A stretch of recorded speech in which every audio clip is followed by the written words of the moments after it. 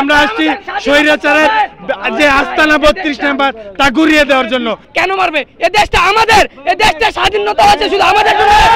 এই দেশটা, এই স্বৈরাচার আস্তানা যদি বাংলাদেশের জমি হতে ঘুরিয়ে না দেওয়া হয় তাহলে বাংলাদেশ থেকে আমরা স্বৈরাচার কখনো নির্মূল করতে পারবো না। আমাদের দেশ স্বাধীন হওয়ার পরও এই স্বৈরাচারের প্রশাসন এখনো স্বৈরাচারের সিম্বল ওই ৩২ নাম্বার টিকিয়ে রাখার জন্য এখনো নিরীহ জনগণের উপরে টিয়ার শেল ছুঁড়েছে, বুলেট ছুঁড়েছে।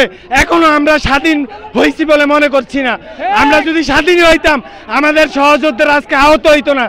আমার বাসায় একটি সহযোদ্ধা কিছুক্ষণ আগে বুলেট খেয়েছে, তার মাথায় আরো কয়েকজন আহত হয়েছে, তারা হাসপাতালে গিয়েছে।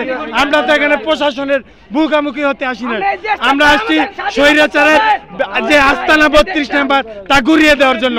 কিন্তু এই প্রশাসন কেমন যেন স্বৈরাচারের মতো আচরণ করছে। এখানে আসছিলাম দুপুর ৩টা বাজে, আমাদের ঢাকা কলেজ থেকে আসছিল ৩টা বাজে আন্দোলন করতে।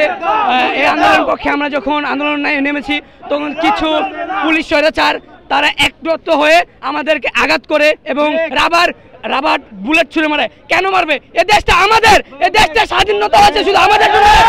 এই দেশটা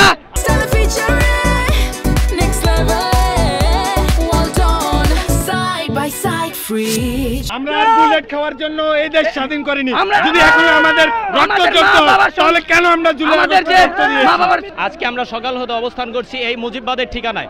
মুজিববাদের ঠিকানা হচ্ছে সেই স্বৈরাচারের আস্তানা, যে ৩২ হতে ছাত্র জনতা বিজয় অর্জন করেছিল। সেই ৩২ আজ এখানে তারা দিনের পর দিন তারা একের পর এক স্বৈরাচারের সেই দোসরেরা এখানে এসে তারা তাদের পূর্বের সে রূপ দেখাতে চাচ্ছে। এই স্বৈরাচার আস্তানা যদি বাংলাদেশের জমি হতে ঘুরিয়ে না দেওয়া হয় তাহলে বাংলাদেশ থেকে আমরা স্বৈরাচার কখনো নির্মূল করতে পারবো না। এই জন্য এই ৩২ ভাঙা অত্যন্ত গুরুত্বপূর্ণ। কিন্তু সেনাবাহিনী আমাদের সাথে কোনো বন্ধুত্বপূর্ণ আচরণ করছে না।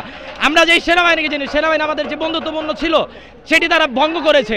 তারা ধাপে ধাপে আমাদের ভাইদেরকে আহত করেছে, যে যারা সামনে যেতে গিয়েছে তাদেরকে তারা রাবার বুলেট মেরেছে। এই জিনিসগুলো থেকে আমরা তীব্র নিন্দা জানাই।